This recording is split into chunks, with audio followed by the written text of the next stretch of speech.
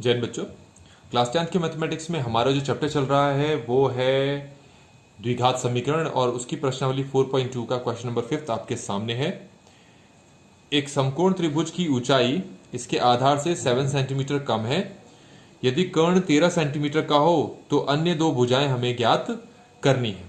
अच्छा, इससे हमें एक चीज समझ में आई है कि यहां पर पहले तो हमें एक समकोण त्रिभुज बनाना है। तो मैं क्या कर लेता हूं, ये मैंने एक समकोण त्रिभुज बना लिया। समकोण त्रिभुज जिसका एक कोण 90 डिग्री का होता है। तो इस त्रिभुज की जो ऊंचाई है इसके आधार से 7 सेंटीमीटर कम है।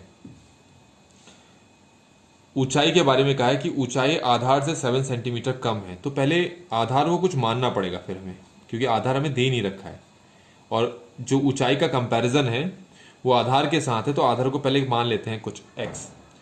अब इसमें क्या कहा है कि ऊंचाई जो है आधार से 7 सेंटीमीटर कम है।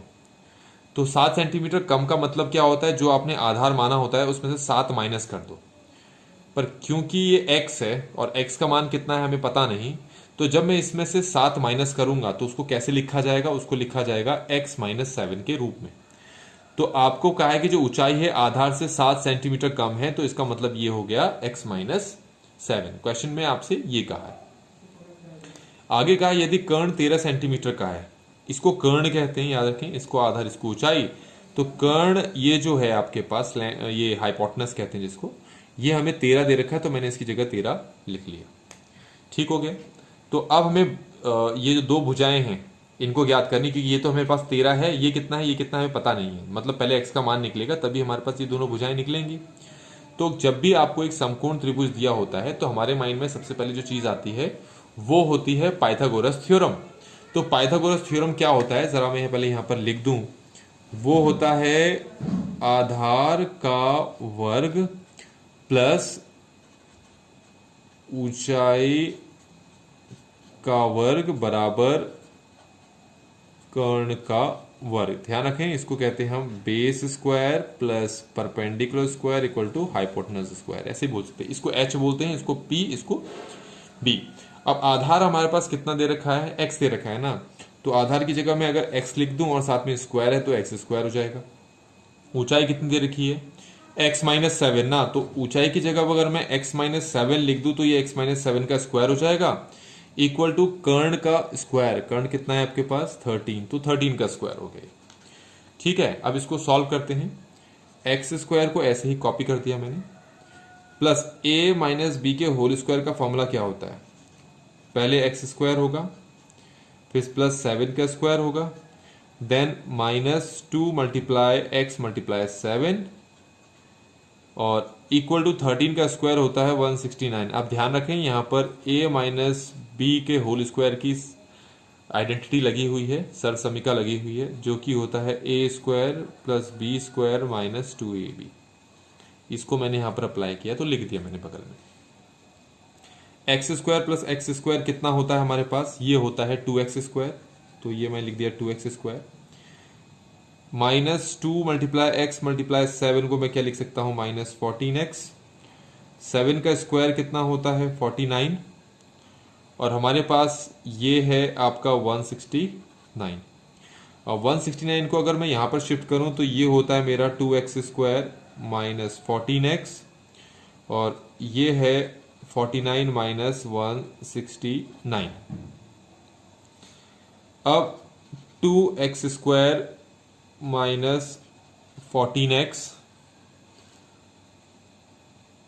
2x स्क्वायर माइनस 14x और प्लस 49 माइनस 169, इसको हो जाएगा माइनस 120 इक्वल टू 0। तो हमारे पास जो बना है समीकरण वो कुछ ये बना है, मैं यहाँ पर लिखता हूँ। ये बना है मेरा 2x square minus 14x minus 120 equal to 0। ये आप देख सकते हैं ये सभी 2 के से डिवाइड हो सकते हैं, तो मैं सभी टर्म को 2 से डिवाइड कर देता हूँ ताकि ये इक्वेशन सरल हो सके। इसको 2 से डिवाइड करूंगा 2 हट जाएगा, इसको 2 से डिवाइड करूंगा तो 7 बचेगा, इसको 2 से डिवाइड करूंगा तो 60 बचेगा। तो बच्चों इस तरीके से हमारे पास एक द्विघात समीकरण बन गया। अब इसको हम क्या करते हैं, हल करते हैं।